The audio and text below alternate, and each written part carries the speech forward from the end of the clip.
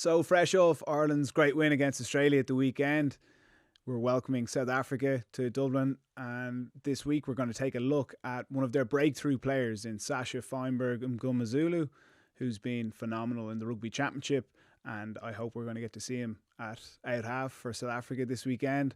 And from an Irish perspective, we're going to have a look at his running game, his passing game, and what he does kicking out of hand, and how we're very much going to have to be on our good defensive game to keep him contained. For me, he's got the all-court game, arguably the best athlete I have ever seen play in the out-half position.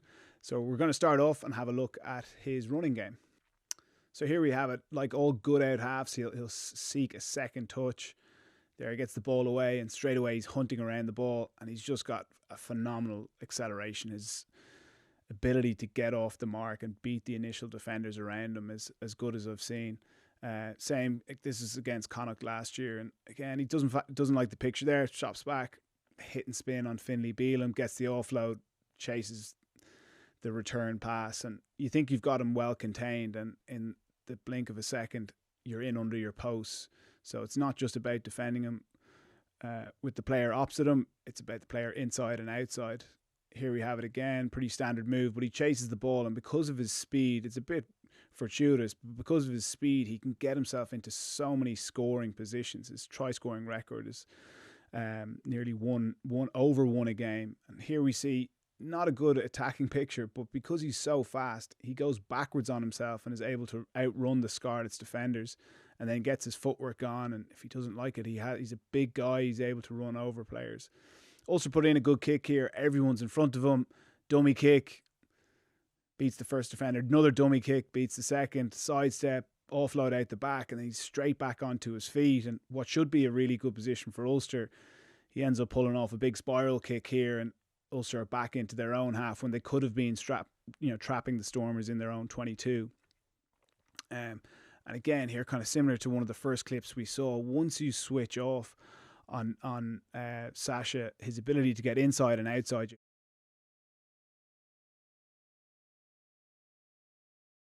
his hit and spin, where he gets that fend out and then has the acceleration to get away,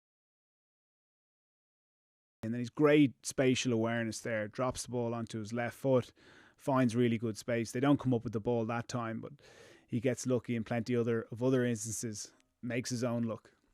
So now moving on, we're going to have a look at his passing game. So first off, it's a simple clip, but it's really important as an out-half. He stays square, really good hand speed. He gets the ball through his hands in one step.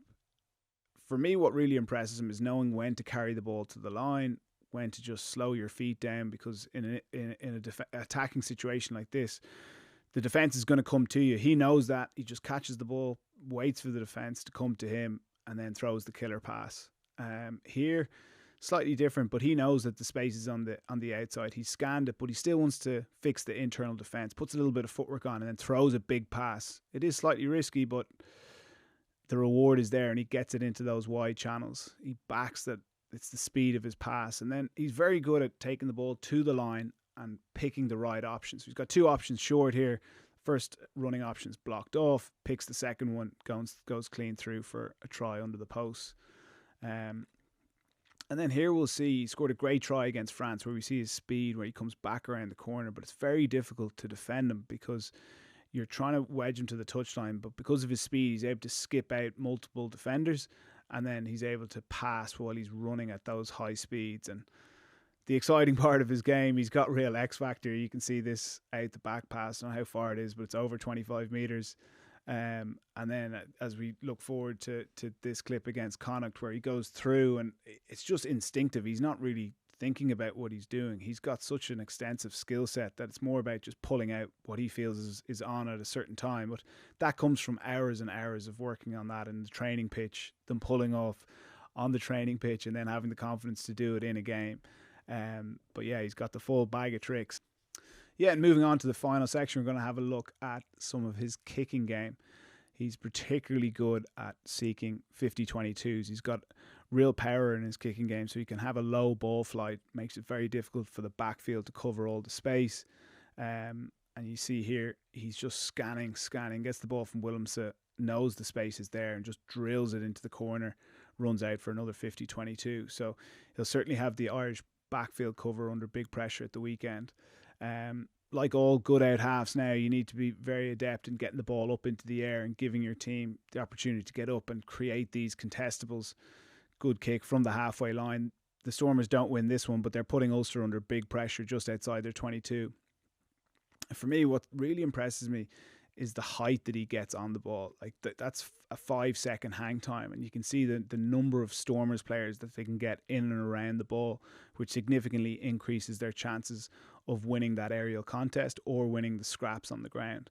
And even here, like, this kick does go too far, but because he's got such height on it, you can see there it's 5 meters inside his half, but Zebra are catching that ball just outside their 22. They knock it on, and again, there's multiple Stormers players around that ball. And with Sacha, like, he's got an amazing running game, but if he doesn't fancy what's on running wise, he will go to the grubber kick and apply field pressure there and ensure that the opposition are covering it either with their scrum half, their fullback, or the wingers. So he'll run quite often with the ball loaded. So he gets the ball out the back here. He's weighing up the run option, doesn't like it, threads it through, and that applies significant pressure to the defending team. Connacht in this instance, that's very difficult getting out of your coffin corner. Again, here we're just going to have a look at how he just assesses the different options, and then he goes with the chip and chase, or kind of mini Gary Owen for himself. It's a real strength of his game, similar to what we've seen Dan Biggar doing for Wales over the years. His ability to put the ball up for himself, continue running, and then get up and compete. And we see here how effective he is at the chip kick.